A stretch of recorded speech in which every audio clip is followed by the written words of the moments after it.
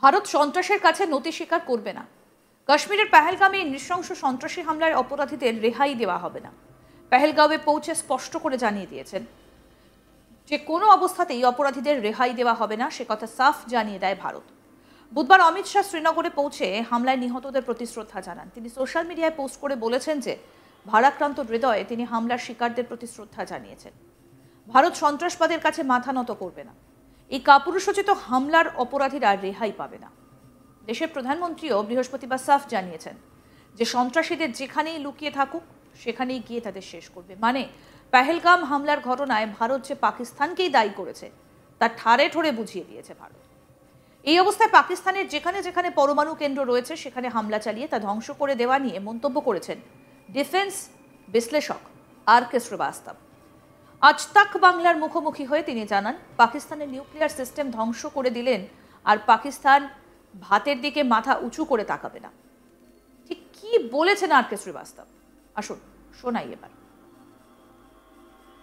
Modi government আসার পর থেকে ভারতীয়রা অনেক বেশি করে এই সার্জিক্যাল স্ট্রাইক, এয়ার স্ট্রাইক এই কথাগুলোর সঙ্গে পরিচিত হয়েছে। আমার কথা হচ্ছে যে এরপর স্ট্রং অ্যাকশন কি হবে? ভারত তো চুপ করে থাকবে না, আর যদি চুপ করে না থাকে তাহলে ভারতের অ্যাকশন কি হতে চলেছে? বহুত সুন্দর, ভালো কোয়েশ্চেন করেছেন আপনি। আমি তো বললাম আপনাকে আগে, আমি এক্সাম্পলটা দিব আপনার। 1999-এ কার্গিল যুদ্ধ টাইমে সেম টাইপ অফ ডিলেমা ইন্ডিয়ার কাছে ছিল কি আমরা অ্যাটাক করব কি করব না। আপনাকে এখন বলে দিই, পাকিস্তানের সঙ্গে আমরা 3 রকমের অ্যাকচুয়ালি বাউন্ডারি শেয়ার করি। একটা ইন্টারন্যাশনাল বর্ডার আছে যেটা আপনার গুজরাট থেকে আমাদের কাশ্মীরের উপত্যকা আছে, তারপরে লাইন অফ কন্ট্রোল আছে, রাইট, আর তারপরে এজিপিএল আছে, অ্যাকচুয়াল গ্রাউন্ড পজিশন লাইন, আপনি জান এটা। তারপর একটা সাকসাম ভ্যালি আছে যেটা পাকিস্তান ইলিগলি চায়নাকে সারেন্ডার করেছে, ওটা আমাদের মাটি। তো এই পাকিস্তানের সঙ্গে যখন আমরা বর্ডারের কথা বলছি, এটা 3 আর একজন সাকসাম ভ্যালির কথা আমরা বলছি, জানেন তো। আমরা 99-এ যখন কার্গিল যুদ্ধ হয়েছিল, ও সময় আমাদের এই ডিলেমা ছিল কি আমরা নিউক্লিয়ার আমরা কত দূর যেতে পারি পাকিস্তানের ভেতরে। অনেকগুলো ডিপ্লোম্যাটিক লোক বললো পাকিস্তান ইজ এ রোগ স্টেট, নিউক্লিয়ার হবে, রাইট, নাম্বার 1। নাম্বার 2, সেম 2008 যখন মুম্বাইতে এরকম similar type of situation develop হয়েছিল, তখনও বলা হয়েছিল যে okay we are nuclear state, ওরাও নিউক্লিয়ার স্টেট কি হবে, রাইট। এখন ইসরায়েল মতন ছোট্ট দেশ, ইরান যারা নিউক্লিয়ার এখন ডেভেলপ করছে, ওদের তো সেন্ট্রিফিউজ গিয়ে মেরে আসলো। আমি তো বলবো আজকে কনসিডার দিস, ওদের যে কাহুটাতে আপনার নিউক্লিয়ার ইনস্টলেশন আছে, ওদের চাগাই হিলসে যেটা আন্ডারগ্রাউন্ড বাংকার আছে, ওর মধ্যে প্রিএম্পটিভ স্ট্রাইক করে ওদের নিউক্লিয়ার ফ্যাসিলিটিটা শেষ করে দাও। এইটাই আমার মনে হয়, ওটা নিউক্লিয়ার ফ্যাসিলিটি শেষ করে দিলে আজকে পাকিস্তানের 10 প্রজন্মর ওদের ক্ষমতা হবে না আর কথা বলার জন্য, রাইট। ওরা নিজেই ভেঙে পড়বে, নিজে বেটেই ভেঙে পড়বে। তাহলে আমি যে ইসরায়েল থেকে আমি আপনাকে কোট করে বলছি, ভয় করো না, ভয় করবো না আমরা। ওদের নিউক্লিয়ার ফ্যাসিলিটি আমাদের কাছে পুরো যদি ইন্টেলিজেন্স থাকে, ওদেরকে ধ্বংস করে দেওয়া আমাদের প্রথম কাজ হওয়া উচিত। এইটাই আমরা চাই, এটাই স্ট্র্যাটেজিক। আর আমাদের 10 generation they will remember this government for the 56 inch না, that আমরা পাকিস্তানের যে সো কল্ড নিউক্লিয়ার ইনস্টলেশন শেষ করে দিলাম। তারপর আমাদের ওদের সঙ্গে আলোচনা হবে কি চলে। আপনি বলছেন পাকিস্তান আর্মি সিচুয়েশন, আপনি দেখুন, আমরা কোনোদিন এটা ডিসকাস করিনি, বিকজ আমরা অন্য দেশের কোনো আর্মি আর এদিনে কথা বলার আমাদের উচিত না যতদিন আমাদের আসে না। পাকিস্তান আর্মি আজকে 3টে ফ্রন্টে লড়ছে, 3টে ফ্রন্ট। একটা বালুচিস্তানে লড়ছে, আপনি টানেলে দেখলেন কি হলো, কচু কাটা করা হলো। আপনি খাইবার পাখতুনখোয়া, ওদের মৌলানা ফজলুর রহমান ওদের সিনেটে কথা বলছে কি অনেকগুলো পুলিশ স্টেশনে ওরা মুখ খুলতে পারছে না, ওখানে কেউ নেই। আর এবার তো ওরা ওয়েস্টার্ন ফ্রন্ট যাদের আমাদের, ওদের ইস্টার্ন ফ্রন্ট আমাদের সঙ্গে যেতে করছে, পাকিস্তান আর্মি যাবে কোথায়? Where is the strength, where is the moral? Public ওদের সঙ্গে নেই, ওদের মধ্যে জুনিয়র অফিসার ওদের সঙ্গে নেই, তাহলে ওরা কোথায় যাবে? They are being surrounded. This is the checkmate for the Pakistan army. TTP ও তো পাকিস্তানের একটা বড় সমস্যা। and Pakistan army is fighting against them in Khyber Pakhtunkhwa. এটাই আমি বলছি, 3টে ফ্রন্ট খুলে নিয়েছে। একটা খুলেছে বালুচিস্তানে, একটা খুলেছে টিটিপি আপনার খাইবার পাখতুনখোয়া ডুরান্ড লাইনে। আর আমাদের সঙ্গে কোথায় আছে ওদের আর্মি? কোথায় আছে?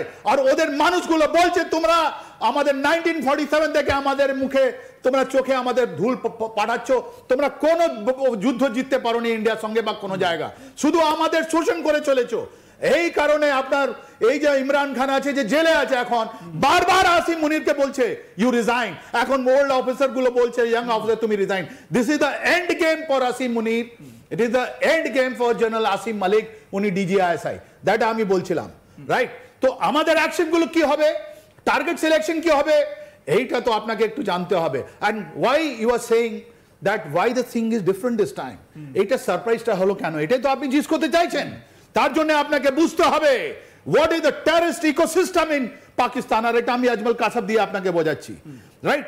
আপনার যে কোনো টেররিস্ট অ্যাক্টিভিটি করার জন্য আপনাকে ফুট সোলজার দরকার, তারা গিয়ে যেরকম এর আগে 7 জন লোক এসছে ওরকম লোক আপনার দরকার। তো এটা ক্যাচমেন্ট এরিয়া কোথায়? ওই ক্যাচমেন্ট এরিয়া ছিল কাশ্মীরে, ওই ক্যাচমেন্ট এরিয়া ছিল পাকিস্তানে। Now catchment area in Kashmir had dried up, যেখানে হাজার হাজার লোক ছেলেগুলোরা ওরা বাইরে যাচ্ছে ইসলামাবাদ করে, আজকে 7 জন না 8 জন আছে গেছে এই বছরে। It has come down very heavily. ওরা বলছে কাশ্মীরি ছেলেগুলো বলছে আমরা আর করবো না, আমরা বুঝতে পেরেছি ধাপ্পাবাজি, রাইট? নাম্বার 1। ওইদিকে পাকিস্তানের দিকে আপনি বলছেন এখন এরা যা পাঠান নয়, এরা হয়তো বাংলাদেশি হতে পারে, আমি এটা বলবো না, এখন পরে বলবো আপনাকে। 1 মিনিট, বাংলাদেশি মানে এটা কিভাবে, মানে এই অ্যাটাকের সঙ্গে বাংলাদেশি লিংক কিভাবে? এটা আছে, লিংক আছে, আমি বলবো আপনাকে। এই আপনি বলি আগে রিক্রুটমেন্টের জন্য ওদের কাছে বালুচিস্ট নেই, ওখানে পাঠান নাই, বিকজ তাহরিকে তালিবান পাকিস্তান, পাঞ্জাবি ছেলেরা ইন্টারেস্টেড নয়, সিন্ধে ওদের একটা মুজাহিদরা আছে, তাহলে কোথায় থেকে পাবেন? এটা হলো রেসিডুয়াল টেরিস্ট গুলো, যারা পুরনো বুড়ো লোক, যারা আগে থেকে ট্রেনিং করে ওদের হোল্ডিং এরিয়াতে ছিল, ওরা আছে। আপনি বালাকোট পার করেন তো, এটা জয়শে মোহাম্মদের একটা ক্যাম্প ছিল, এটা বিগেস্ট ক্যাম্প জয়শে মোহাম্মদ। পাহাড়ের উপরে আপনি বারবার বলেন বালাকোটে তো আমরা কিছু দেখতে পাইনি, কেন দেখতে পারিনি? বিকজ ওরা উধাও, সবাই মারা গেল, রাইট? জয়শে মোহাম্মদ আজহার মাহমুদের এটা ছিল, যেটা আপনার কান্ধার এটাতে ধরা পড়েছিল, রাইট? আপনি এই যদি ওদের কাছে রিক্রুটমেন্ট নেই, তাহলে ট্রেনিং কোথায় আছে? ট্রেনিং না থাকলে ওরা কোথায় থেকে লোক আনবে? তাই জন্য আমরা যখন পাকিস্তানকে দেখছিলাম, Lashkar e Taiba is under strain, Jaish e Mohammed under strain, Azhar Mahmood is in the hospital, Lakhvi যিনি প্রাণের জন্য ছড়ে পাঠাচ্ছে, আপনার সাইদ হাফিজ লুকিয়ে আছে, ওরা জানে কি যদি বাইরে থাকলে ওরা মারা যাবে, রাইট? তাহলে কোথায় এলইটি, কোথায় জৈশে মোহাম্মদ? পাকিস্তানে কেউ নেই, তাই জন্য ওদের লঞ্চিং প্যাডে ওকে আনা হয় হোল্ডিং এরিয়া থেকে, আর ওখানে আইএসআই থাকে যারা ওকে হাতিয়ার দেয়, এটা যুক্ত হয়, আর তারপরে ওরা আমাদের গাইড দিয়ে এটা ভেতরে আছে। আর এটা দুটো সার্কেল আছে, এটা উইন্টার সার্কেল, একটা সামার সার্কেল। এটা সামার সার্কেল, আমাদের সার্ভেলেন্স এত ভালো যে কোনো লোক ওখান থেকে যদি আসে ওরা হয়ে যায়, তাই জন্য লস্করে তৈবা অনেক লোক বর্ডারে মারা গেল।